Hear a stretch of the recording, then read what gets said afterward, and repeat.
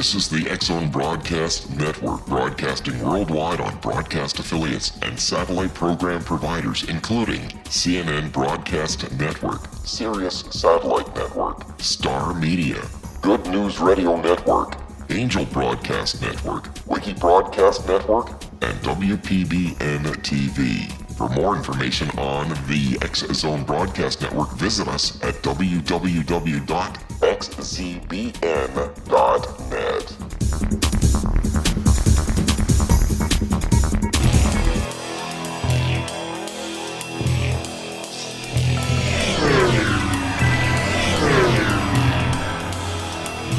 This is A Different Perspective with Kevin Randle. A retired U.S. Lieutenant Colonel, Kevin Randle has been studying UFOs for nearly 50 years. Kevin has investigated some of the most famous UFO cases in the world and has been consulted for dozens of documentaries about UFOs. Considered one of the leading experts into the Roswell UFO crash of 1947, Kevin has written more than 25 books about UFOs, including the recently published Roswell in the 21st Century. Now, here is the host of A Different Perspective, Kevin Randle.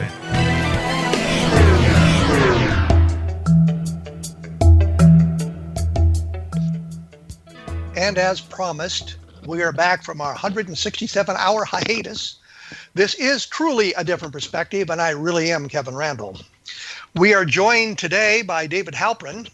In the 1960s, David Halperin was a teenage ufologist. He grew up to become a professor of religious studies. His specialty, religious traditions of heavenly ascent and otherworldly journeys. He taught history of Judaism at the University of Northern Carolina at Chapel Hill from 1976 through 2000. He's published 5 books and numerous articles on Jewish mysticism and messianism, and 1 novel, Journal of a UFO Investigator, which draws on his teenage dreams and fantasies, as well as the UFO scene of the early 1960s. The novel was published in 2011 by Viking Press and has been translated into Spanish, Italian, and German. David has a blog at www.davidhalperin.net, where he posts bi-weekly on UFOs, religion, and other subjects dear to his heart. He's working on a second novel and on a non-fiction book, Intimate Alien, The Hidden Story of UFOs, in which he explores what UFOs once meant to him and what they mean for us in our culture. He lives in North Carolina with his wife, Rose. David Halperin, welcome to A Different Perspective.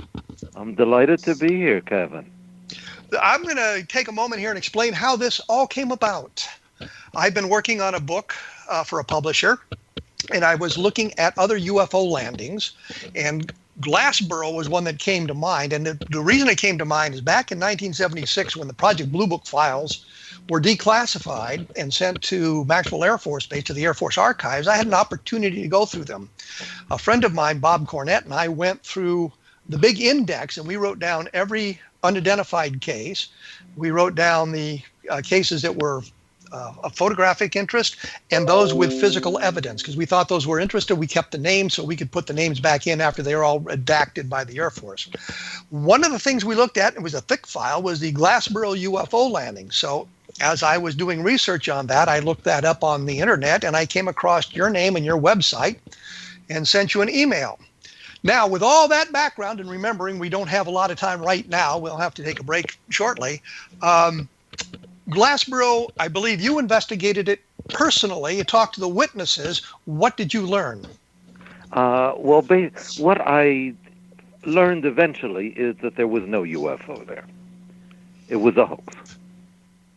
A student from Glassboro State College had dug a hole, dug a few smaller holes, sprinkled some chemicals in the hole, set a fire, broke a limb of a sassafras tree, and then he and a friend found 2 small boys who were fishing. This was on Saturday afternoon, September 4th, 1964, and told them that he had seen a glowing red object land. The boys told their father, who reported it to the police. The news spread amazingly. I have clippings from all sorts of newspapers, from New Jersey, Pennsylvania. WOR announced it on its morning news. I went down there the following Saturday. I was 16 years old. I had procured a letter from a friend of mine who worked at a radio station saying I was a representative of the station, which was completely false. And I went into the police station, was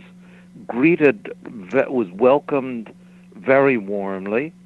They actually drove me out to the landing site, and I examined and photographed the holes, met a very nice family who took me home for dinner, and who put me in touch with the father of the two boys, with whom I remained in contact for some months. You mean the young boys who reported it to their fathers or told their fathers, as opposed to the guys who created the hoax? Exactly. The guys who created the hoax had vanished, and Okay.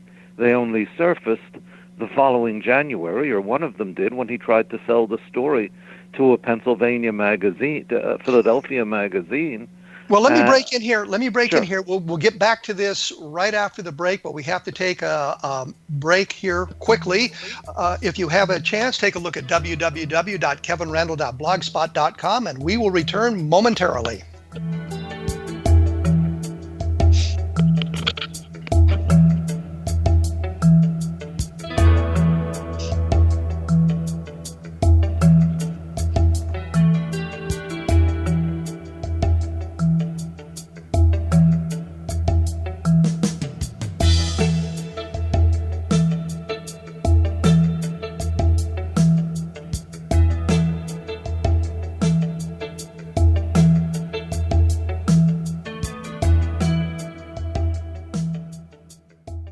Hi everyone, Rob McConnell here, and I wanted to spend a moment on internet streaming. Everybody has heard about internet streaming, but not many know much about it.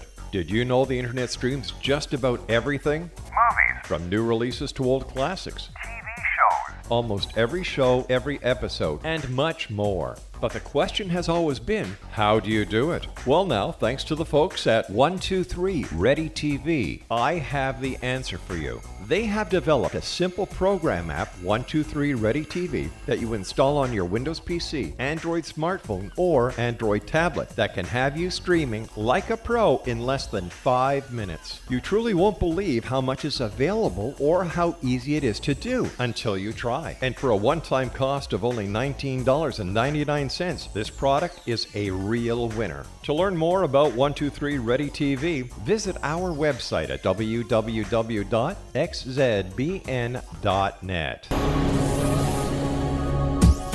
This is the X-Zone Broadcast Network, broadcasting worldwide on broadcast affiliates and satellite program providers, including CNN Broadcast Network, Sirius Satellite Network, Star Media, Good News Radio Network, Angel Broadcast Network, Wiki Broadcast Network, and WPBN TV. For more information on the X-Zone Broadcast Network, visit us at www.xzbn.net.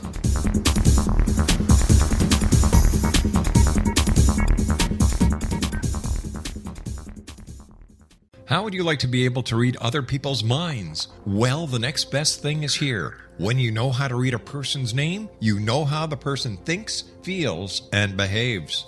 Each letter in our name holds a key to unlock our true essence. Our name contains both our gifts and challenges in this lifetime. Mnemology science discovers personality secrets hidden in the placement of the letters of our names, including the first and last impression people remember about us. Sharon shows us how to interpret the arrangement of letters as outlined in her book, Know the Name, Know the Person. Sharon Lynn Wyeth created mnemology science after 18 years of research and testing her theories, and has supported thousands of people around the world in understanding themselves and others better. You'll enjoy Sharon's unique teachings as she shares her system to learn the gifts behind your given birth name. Even if you don't like your birth name, there are jewels in this book. If you're thinking of changing your name, ready to name your child, or wanting to get along better with others, this is the book for you. If you'd like to improve your relationships and change your life for the better, get the book today, Know the Name, Know the Person, or visit www.knowthename.com. That's www.knowthename.com. Take a step back in time and discover old Florida cuisine at Marsh Landing Restaurant in Fellsmere, Florida.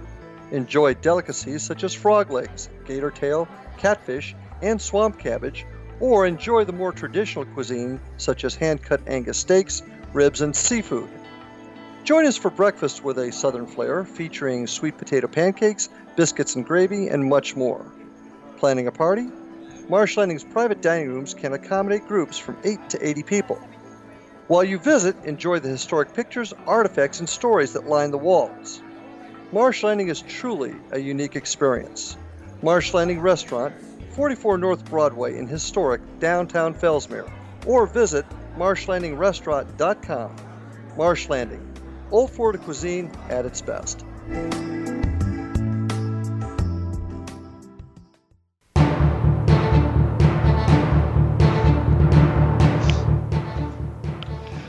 And as I promised, we are back with the naked truth. I mean, a different perspective. Don't want to confuse you people out there. When we left, we were talking to David Halperin about the Glassboro, New Jersey UFO landing in September of 1964. And he had just mentioned to us that one of the fellows surfaced, it disappeared in September, but he had resurfaced in 1965 and trying to sell the story, and the truth is about to come out. So, David, take it from the point where our friend surfaced. And the truth is, it was very, very sad truth for me, because I was working on a monograph that this was going to be my UFO landing. But the sad truth was that he had been arrested for creating a nuisance, that he had tried to sell the story of how he'd hoaxed the landing, and somehow the word got to the police. NICAP had a NICAP investigator had come. I don't know if your audience remembers the National Investigations Committee on Aerial Phenomena. We have mentioned it. We have mentioned it several times in the course of the program. So some of them are aware of NICAP. It was based in Washington, D.C. It was led for a time by Don Kehoe, and eventually in the late 1970s, early 1980s, it kind of faded into oblivion. So you had a NICAP investigator show up, and he was convinced it was real, that the Air Force had said it was a hoax. There was a couple of Air Force people came from McGuire Air Force Base in New Jersey. They said it was a hoax. The NICAP investigator called that absurd. And so I have to say I was in good company. Well, nobody blames you for thinking it's a hoax. And I remember as I began UFO investigations as a teenager myself, it suddenly dawned on me after a few years that every case I was investigating turned out to be an unidentified. And I thought, I'm doing something wrong, because they can't all be unidentified. And I went back and was able to identify some of them. And the other thing I wanted to say about the Glassboro case, I have seen a picture of what is a number of New Jersey state policemen crouching by that hole, looking down into it, published in a number of publications. I'm sure you're aware of that photograph. I don't know that photograph, no. But I mean, I'm not in the slightest surprise. The police were quite sold on it, and they gave me a diagram, which I scanned, and I put it in my post on Glassboro, where the holes are made into a really symmetrical triangle. And it's only if you look at the measurements they give that you realize that the diagram is all wrong, that the holes weren't symmetrical at all. And I think they were just so convinced that there was really a vehicle that was sitting on top of the ground that distorted their perceptions. Did the young boys, the young fishermen, who were told that the guy had seen the thing land, did their story evolve into the idea that they had maybe seen it too, or were they just saying, these guys told us that it landed there, and here is the remains? Right. No, they never claimed to have seen it. They just reported what they had been told. And I don't think anybody's questioned that the little boys were telling the truth. Well, yeah. I was just making sure that their story hadn't expanded. No, So it never. there was probably a chemical analysis done on the stuff they threw in the hold. Was it anything interesting? Was it radioactive? Supposedly they use chemicals to make it seem radioactive. I don't know how effective that was. They used, let me see what they said,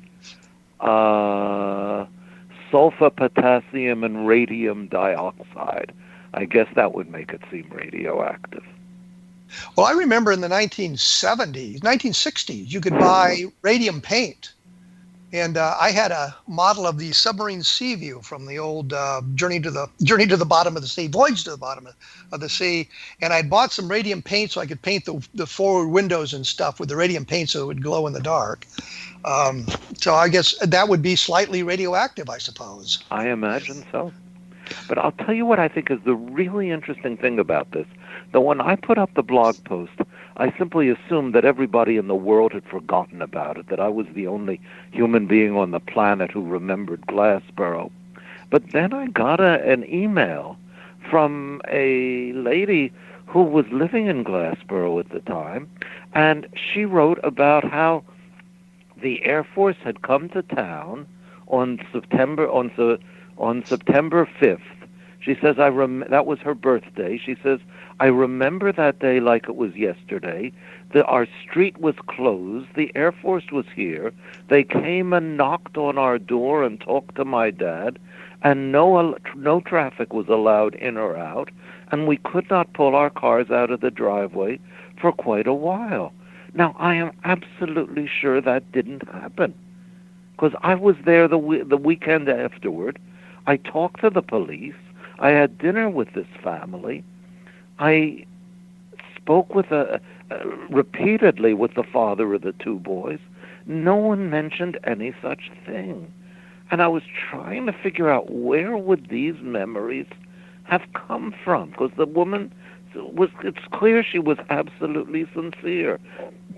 And then this morning, it struck me that in June of 1967, a little bit less than 3 years later, Glassboro entered the history books when President Lyndon Johnson and Soviet Premier Alexei Kosygin had a summit meeting there.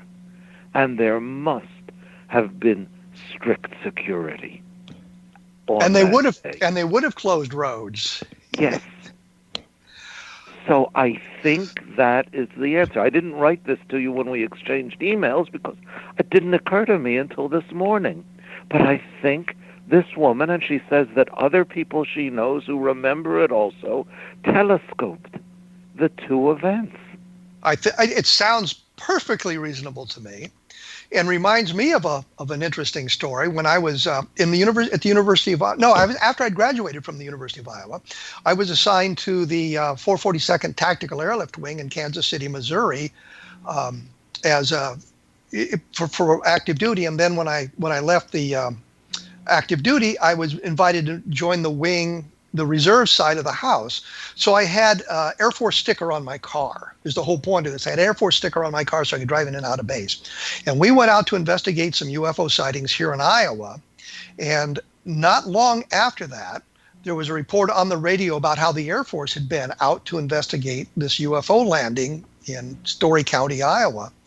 And I am absolutely convinced somebody saw the sticker on the car. We were in, of course, civilian clothes, plain clothes, and they were just convinced that we were Air Force officers out there investigating this case. And of course, it's not true. It was me as a private citizen out there. My car just happened to have a sticker to allow me on Richards Gebauer Air Force Base. So that's another way these things sort of get expanded, you might say. Well, you wrote a fascinating piece for the International UFO Reporter. I don't remember the date, but I'm sure you remember it. It's called UFOs on Memory Lane. Yes. And that, I was utterly fascinated by what you did with that. Well, that and for the listening audience who's not familiar with this, that is of course also on my blog at www.kevinrandle.blogspot.com, and thank you for that opportunity to plug the blog once again. But what happened, it was a couple had been out near Kepler Palisades State Park here in Iowa, and they had seen some UFOs floating down, they thought. And the story was, they had seen these star-like things in the distance. And pretty soon the woman involved in that was saying that, well, she saw a craft with a dome on it. And within 2 or 3 weeks, she was talking about having seen a dome and 2 occupants, humanoid-type shapes in this dome.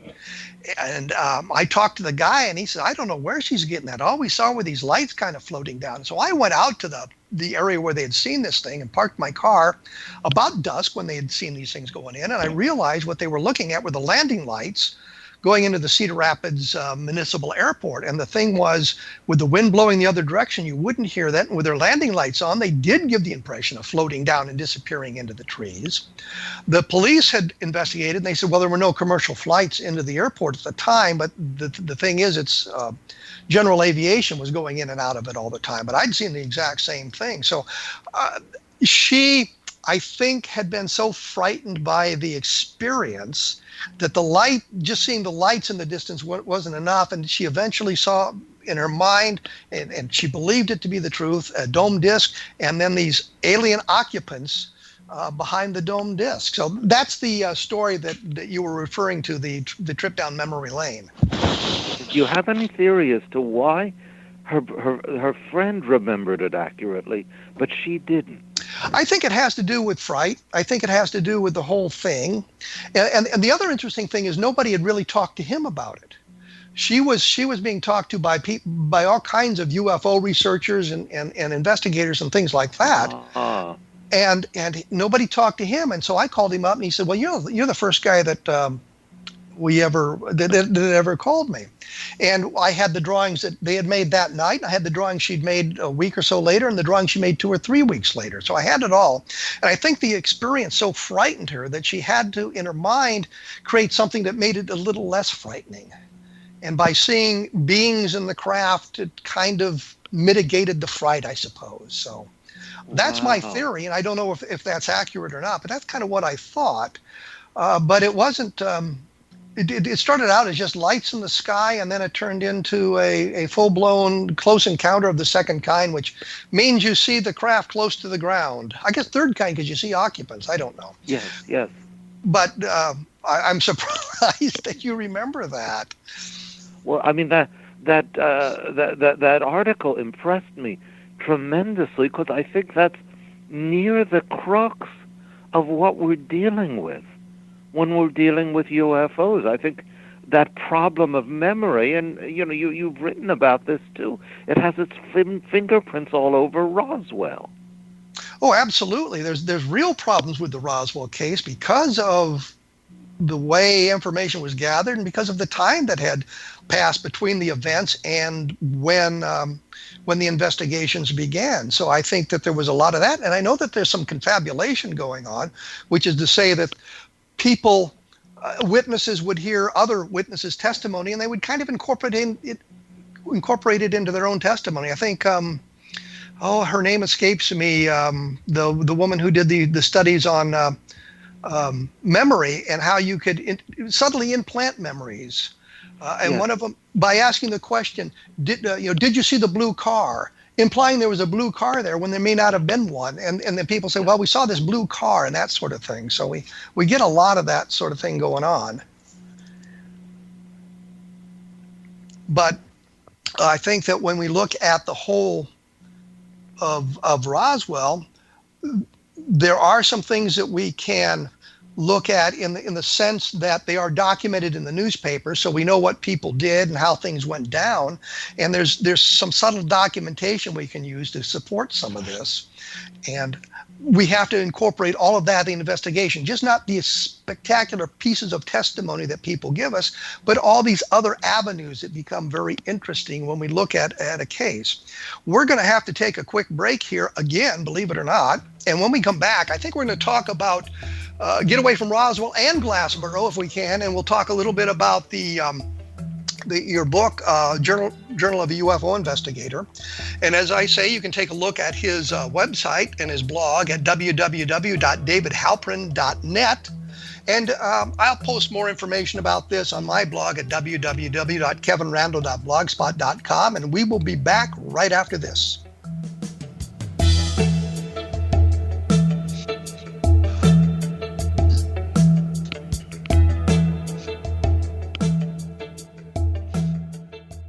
Hi everyone, Rob McConnell here, and I wanted to spend a moment on internet streaming. Everybody has heard about internet streaming, but not many know much about it.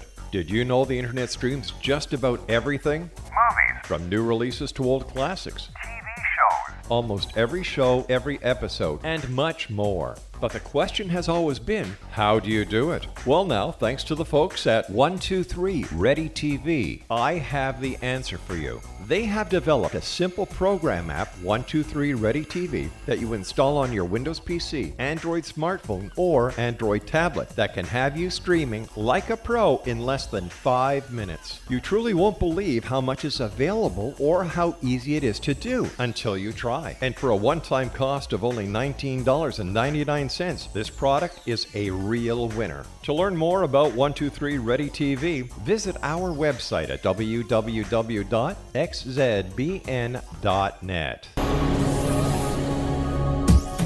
This is the X-Zone Broadcast Network, broadcasting worldwide on broadcast affiliates and satellite program providers, including CNN Broadcast Network, Sirius Satellite Network, Star Media, Good News Radio Network, Angel Broadcast Network, Wiki Broadcast Network, and WPBN TV. For more information on the X-Zone Broadcast Network, visit us at www.xzbn.net.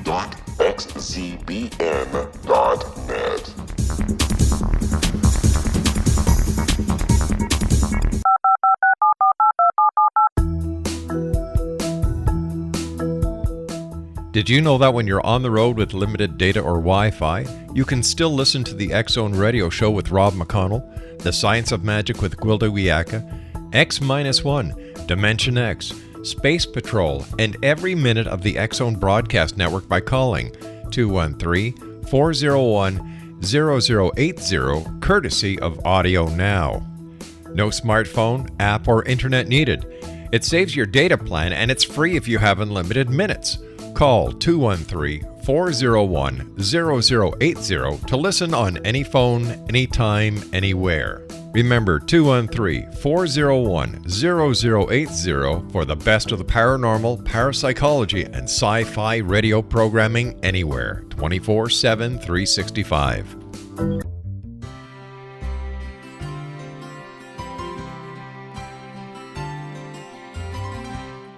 True healing must address 4 levels: physical, emotional, mental, and spiritual, for us to live joyful and productive lives. We tend to treat 3 of the 4, leaving the spiritual languishing. If you're tired of the same dysfunctional patterns cropping up in your life, Soul Balancing is for you. Trixie Phelps, owner and founder of Soul Balancing, is a naturally gifted energy healer trained in numerous esoteric forms, including shamanism. Trixie has created a powerful modality that safely and effectively clears your energetic field. A Soul Balancing session can remove interference, heal trauma, and restore your hope. Contact Trixie for a life-changing long-distance session today, www.soulbalancing.world.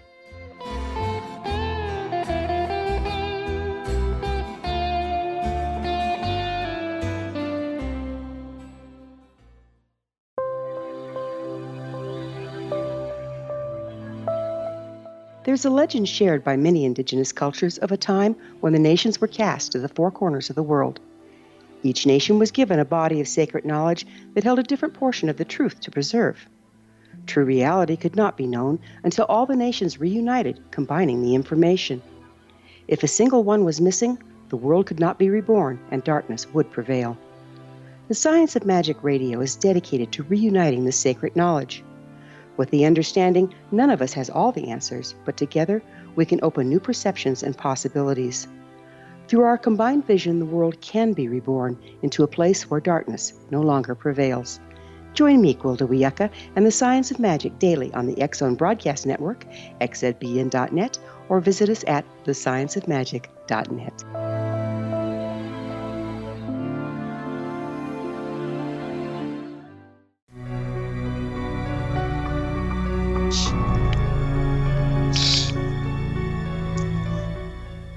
And for those of you keeping score at home, we are back once again.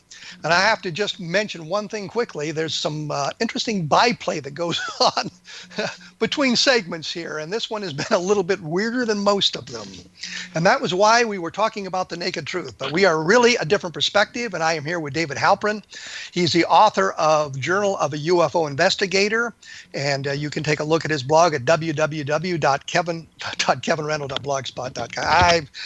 Try that again. www.davidhalperin.net would be his website and blog, not mine. When we left, we were talking a little bit about Roswell. I'm going to try to get away from that, even though I will mention that you can read the whole sordid tale of Roswell in my book, Roswell in the 21st Century, which I think looks at the problems with the testimony that we have, the problems with the lack of real documentation other than some newspaper accounts, the lack of any diaries or letters anybody wrote at the time, and how some of the story kind of evolved into the super space spectacular that it has become.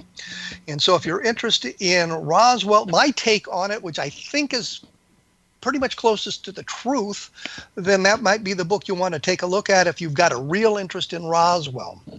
So I know that we've kind of exhausted Glassboro. For those who haven't been paying attention, it is a hoax. It's obviously the Air Force was right and NICAP was wrong. And I think that's one of the things I'll explore at my blog when I put up the link to this program so that you can get a little bit more about what NICAP had to say about it. So I thought maybe we would go off into your novel, Journal of a UFO Investigator, which you said draws on your teenage dreams and fantasies as well as the UFO scene in the 1960s. So tell us a little bit about really kind of the UFO scene in the 1960s as you've incorporated it into the book. Well, much of it is created by Gray Barker. And that Barker, I think, was the promoter of some of the legends that were the most powerful about the UFOs. Let's take a moment here and point out that Gray Barker was a UFO researcher, a UFO enthusiast. Back in the 1950s, he wrote a book called They Knew Too Much About Flying Saucers, and I think he might have introduced the idea of the Men in Black into the UFO scene. So he was quite a force in the UFO situation in the 1950s and early 1960s. So you were drawing on his work into your Journal of a UFO Investigator. Yes, I mean, Albert Bender is a character. He never actually, and for those of your listeners who have not read Barker's book, Albert Bender was the Connecticut UFO researcher who in the fall of 1953 discovered the truth about the UFOs and was visited by 3 men in black who terrified him into silence. So he never revealed what the truth about the flying saucers was? No, never.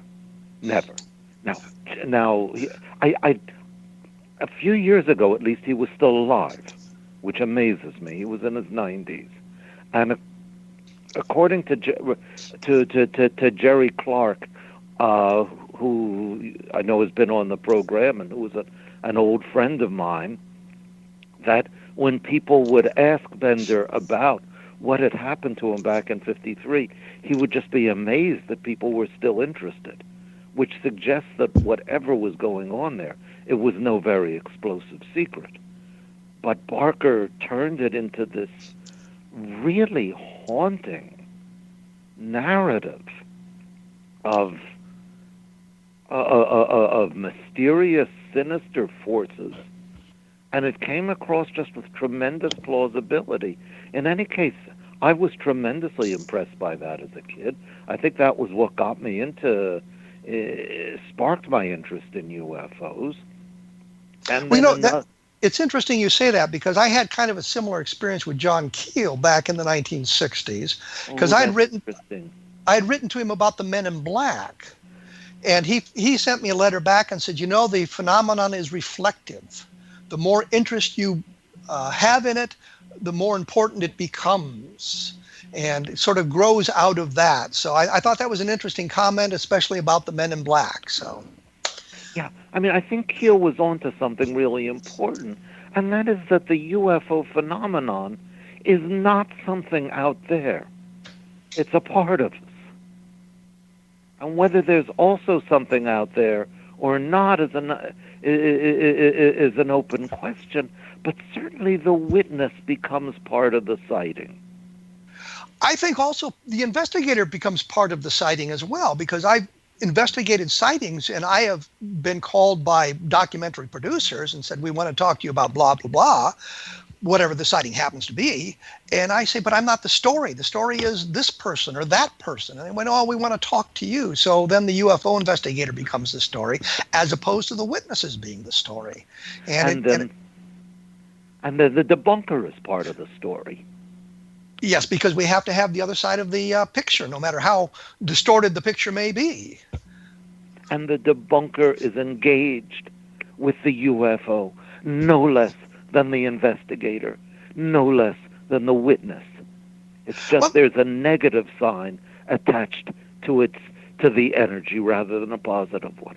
And I found that interesting that the debunkers seem to get into this as deeply, if not deeper, than some of the UFO researchers. And I'm thinking, if you believe the phenomenon is unreal, if you believe there's nothing to it, and I think the phenomenon actually has multiple explanations, but if you think it's something unreal, why do you care what anybody else thinks about it? What motivates you to work so hard to debunk this phenomenon? Exactly. And I think that is part of the UFO mystery. What is it that summons sometimes the most vehement reactions, not only from believers, but from debunkers? I mean, I saw a video clip a few months ago of Neil deGrasse Tyson discussing UFOs. And the man was twitching, gesticulating, bellowing. Clearly there was an immense emotional engagement with it. Yes, and we don't like him because he demoted Pluto to a dwarf planet. Although I always thought of Pluto as a Mickey Mouse little planet, but that's a whole nother story. Yes, and I had a little stuffed Pluto I used to go to bed with when I was a child. I was hoping you were going to say back when I was 50, I had a little stuffed. I still have the little stuffed Pluto. I don't go to bed with him at the moment, but let's drag it back to Journal of a UFO Investigator. Yes. So you were fascinated by the Gray Barker tale and Albert Bender's his resignation from the field. And another of Gray Barker's stories, which he promoted, was the Allende mystery, which we now know as the Philadelphia experiment. Yeah, Carlos Allende, I think that's been pretty well debunked as well. And this gives me another opportunity for those who would like to know about it. Take a look at my blog and type in Allende or Carlos Allende in it, and you'll get a lot of information. I actually talked to one of the guys at the Office of Naval Research back in the 1960s. Who had reproduced the Allende letters in the Varro edition of the book with all the notations in it. And I say that to you because I know you know exactly what I'm talking about. The audience may be lost. Allende allegedly sent a copy of a book called The Case for the UFO, written by Morris K. Jessup, to the Office of Naval Research, and it had all these notations in it about UFOs and things like that. And the story was the Navy was interested in it and did an investigation. When I talked to Sidney Sherby, who was one of the guys at the Office of Naval Research when that came in, or Office of Naval Intelligence when that came in, he said, no, the Navy really didn't care, but we could do whatever we wanted with it as long as we didn't use Navy resources and do it on Navy time. So that's how the Varro manufactured book came out.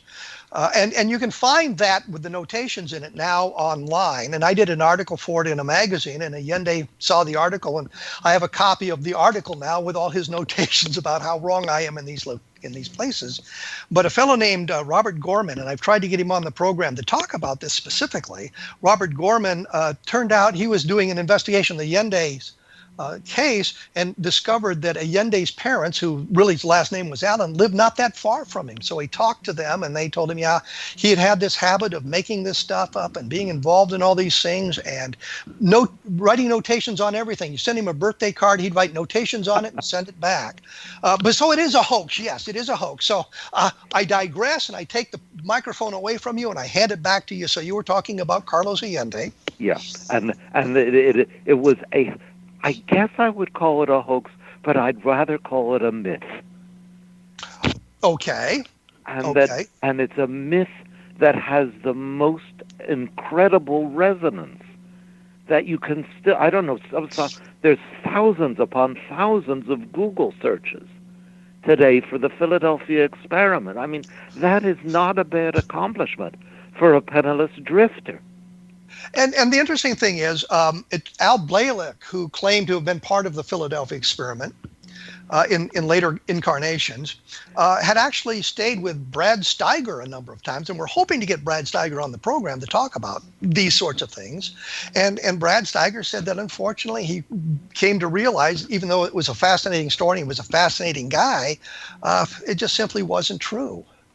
But the truth is that the story is fascinating, and we said why. And when go back to the early '60s, that remember I didn't know any of these things. I really thought those annotations had been written by 3 mysterious gypsies, and that was the mindset that I was going back in to Journal of a UFO and Journal of a UFO Investigator. Do you relate these stories in some detail in the book? Yeah. Oh, yeah. The story of Journal of a UFO Investigator is fundamentally autobiographical. A teenage boy whose mother is slowly dying, and who becomes persuaded that UFOs are real, and who constructs a world for himself from the materials of the UFO mythology as it existed in the early 60s, with one difference. I cheated. I put Roswell in. And you know as well as I do that nobody in the 60s would even have heard of Roswell. But well, it was actually, very important for me to do that. Actually, Frank Edwards, in his book Flying Saucer Serious Business, which came out, I think, 65 or 66, actually does mention Roswell. Yeah, I think, yeah. And he gets everything wrong. Right. He gets everything wrong, other than there was a crash, and it was in Roswell. But he gets everything else wrong. So. But I included the bodies found, which nobody had even heard of then, or at least most of us ufologists. But it was very important for me because my aim was to try to tell the story of how a lonely boy coping with an unspeakable reality creates for himself a world built out of these elements. Now, in doing that, I mentioned when I sent you the email, I mentioned dreams. When I remember this clearly. Okay, we know that. Well, let me break in here before we get off on this tangent, because we're gonna have to take our final break here. We'll come back and talk about the dreams. You can find the book if you want to. Viking Press, Journal of a UFO Investigator. Take a look at the blog, www.davidhalperin.net. And I will put up more information about this at www.kevinrandle.blogspot.com.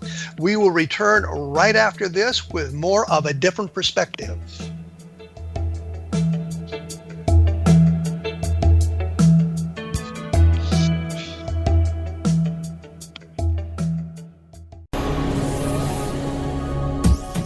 This is the X-Zone Broadcast Network, broadcasting worldwide on broadcast affiliates and satellite program providers, including CNN Broadcast Network, Sirius Satellite Network, Star Media, Good News Radio Network, Angel Broadcast Network, Wiki Broadcast Network, and WPBN TV. For more information on the X-Zone Broadcast Network, visit us at www.xzbn.net.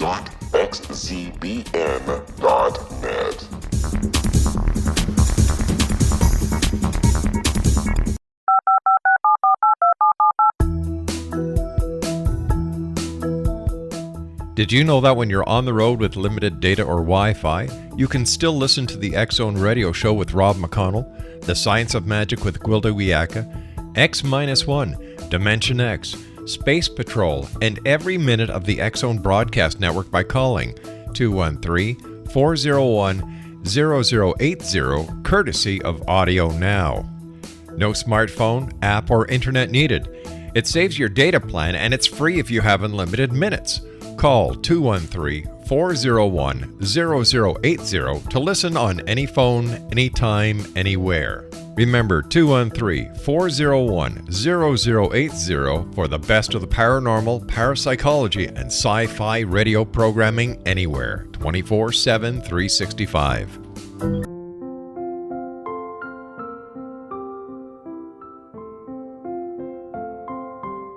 I am Dr. Carl O'Helvey, founder, president of a new cancer foundation focusing on evidence-based physical, mental, and spiritual interventions, including natural cancer cures, prayer, meditation, affirmations, nutrition, and other related holistic cancer prevention and cure modalities.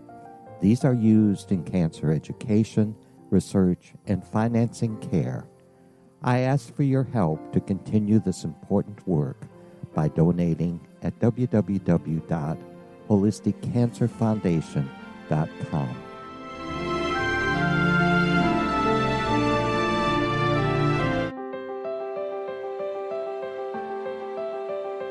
Wouldn't you love to know the secret to everything? I'm Dr. Kimberly McGeorge, and on The Secret to Everything, we will merge the practical with open investigation into all realms of the mysterious.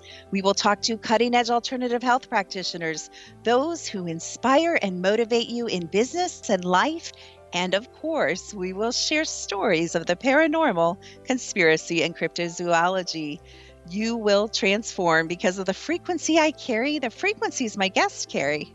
Life may never be the same after you listen to this program, for the secret to everything is for you, the listener, for those who desire more in every area of their lives and believe that it can still be found. Listen and discover thesecrettoeverything.com.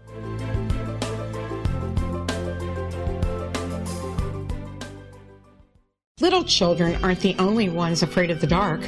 Millions of soldiers return from war zones with PTSD, anger, frustration, fear, and loneliness, much of which surfaces during the darkness of the night. You have the chance to change the lives of these American heroes. Songs and Stories for Soldiers.us provides free MP3 players for these men and women. With a list of 3 million songs in 16 different styles, 100,000 audiobooks, and 30,000 old-time radio programs, every veteran can find something to soothe and comfort them at no cost. All our players contain an 8-hour audio program designed to help veterans fall asleep. With 1,500 plus vets now participating, it's our goal to deliver 10,000 audio players this year. Go to our website at songsandstoriesforsoldiers.us. Help us help a veteran make it through the night.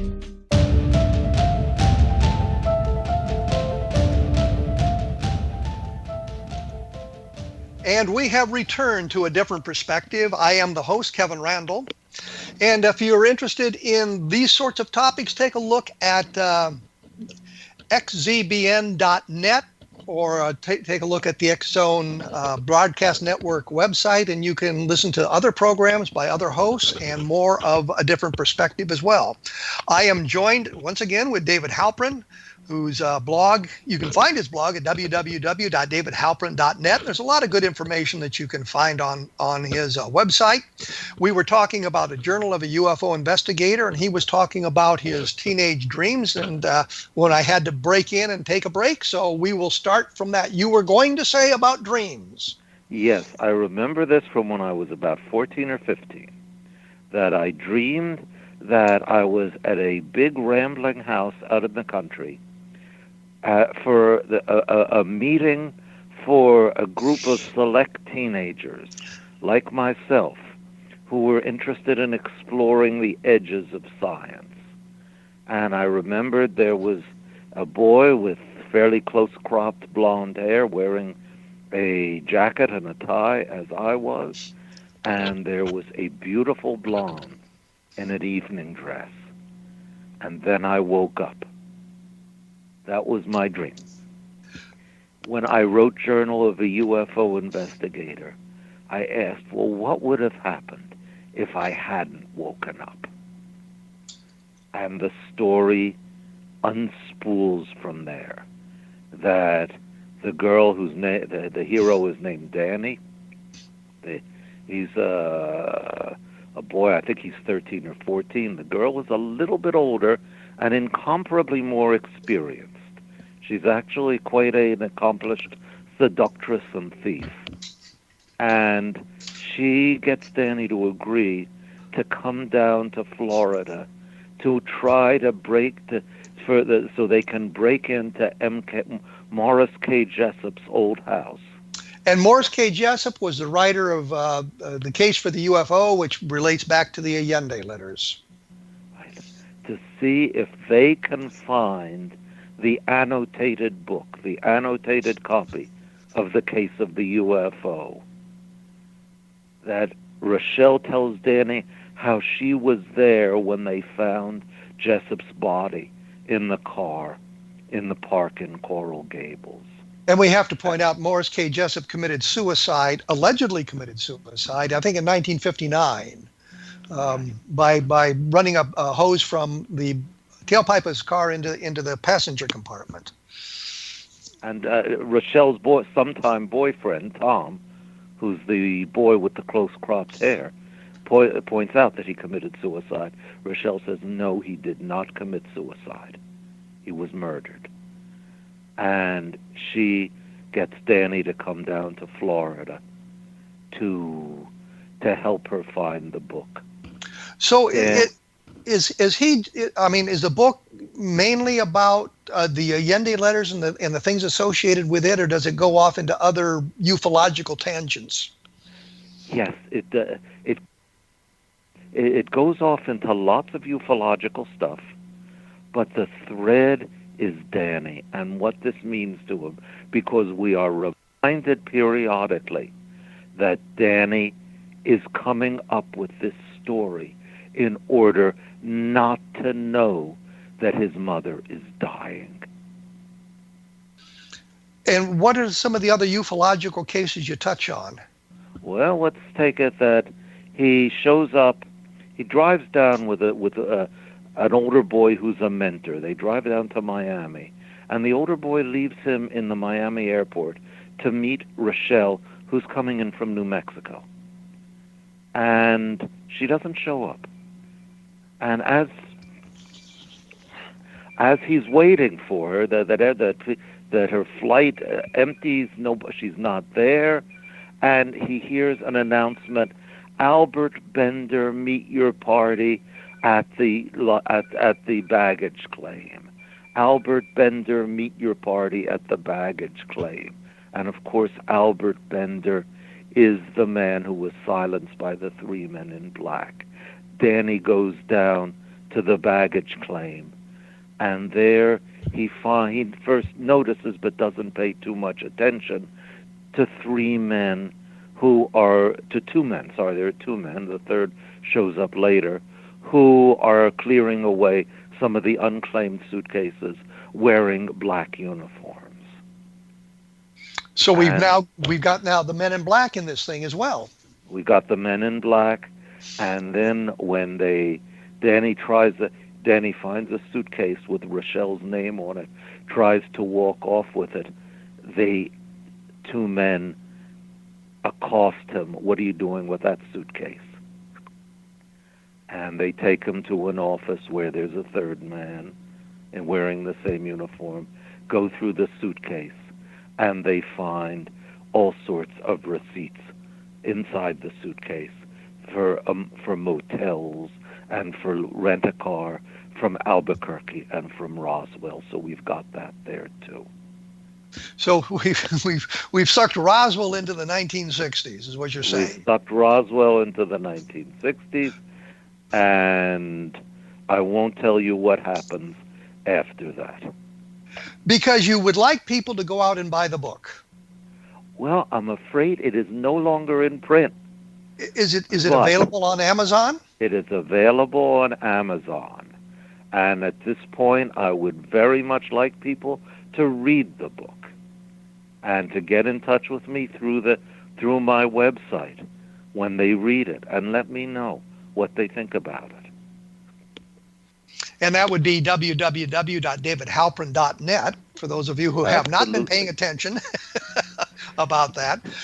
So in the book, you've incorporated some ufological history and ufological mythology, so you can get sort of a background on what was some of the early stuff going on in the UFO field. I think you can get a feel for it. I mean, it's not. I've not tried for strict historical accuracy. I mean, that the book treats it that in the novel I treat it as if those three gypsies actually existed, and that they have some relation to the three men in black. Now, you and I know that they never existed. That Carl Allen, for some reason that I've never been able to understand, wrote his annotations in three different handwritings and three different colors of ink. I mean, which is a difficult trick to do, but I think the man was a genius. Well, he often took credit for writing the book with Morris K. Jessup. So he would talk about the book he wrote with Jessup, which is his annotations in the book. And just to be clear for people to understand, Morris K. Jessup did write a book. He did believe in UFOs. The book did go to the Office of Naval Research, I guess, and was looked at by two officers in the Navy, but the Navy itself didn't care about the book. And now in 2017, we realized that it was a hoax. One of the things he talked about was this disappearance of an aircraft in the Andes in 1947, 1948, the Stardust, I believe, was the name of the aircraft, and it was very mysterious. They were supposedly within sight of the airport in Santiago, Chile, and supposedly disappeared. Many years later, I think around 2000, and again, this is on my blog, so you can take a look at it to get all the details. They found the remains of the aircraft, and they had flown into a mountain. They had assumed they were close to Santiago. They had sent them messages over the radio that they were close to Santiago, and then they crashed into a mountain. The aircraft has been found, it's been identified, and the bodies have been recovered. So we know that part of the story, the annotations in the book, are untrue. Because we know what happened to the airplane. Yes, it's clear now that there were no great mysteries to be revealed. I mean, I'm going to insert a plug now for my own blog, the davidhalperin.net. That a few years ago, I put up a whole series of posts on the Philadelphia experiment that I had spent a week reading the Barker-Allen correspondence in the Gray Barker collection at Clarksburg, West Virginia. And I found out all sorts of stuff about Allen as a human being. And I mean, Robert Gurman certainly pegged it perfectly. The one thing, by the way, I did not know was that Allen in his old age was happy in his last years. Well, that's good. Well, we're going to have to break it off here. Even though this is fascinating, I've enjoyed this conversation more than I've joined some of them in the past. Let me thank you for coming on the program. Well, thank you for having me. The book is a Journal of a UFO Investigator. You can find more about it at www.davidhalperin.net, and more of it on my blog at www.kevinrandle.blogspot.com. I wanted to take a moment here because something happened today that I wanted to talk about, and that was I was watching a program, and I saw a preview for a time travel adventure on Fox Network. I don't know what the name of the program is. I just caught a little bit of it. But it struck me there are 3 time travel programs on network television now. There's Timeless on NBC. There is Time After Time on ABC. And now this thing coming up on Fox. And I've been fascinated by time travel. And I've often wondered if time travel isn't the explanation for some of the UFO events. And I wanted to bring that up simply because I had done a science fiction novel, and I started it in college, called On the Second Tuesday of Next Week. And it's a time travel story about what happens when alien invaders come into the solar system, and we have a big battle out in space by Pluto, by the way, and how people keep going back and forth, changing the events so that they can come out the victors in this great battle in space. So I thought I'd just mention that you might want to take a look at on the second Tuesday of next week, which you can find as an ebook on Amazon.com. We will be back next week with Lauren Hunter, who is a Minnesota ufologist, and talking to her. And you can find more information about what we've talked about today at www.kevinrandle.blogspot.com. And we will be back after our 167-hour hiatus next week.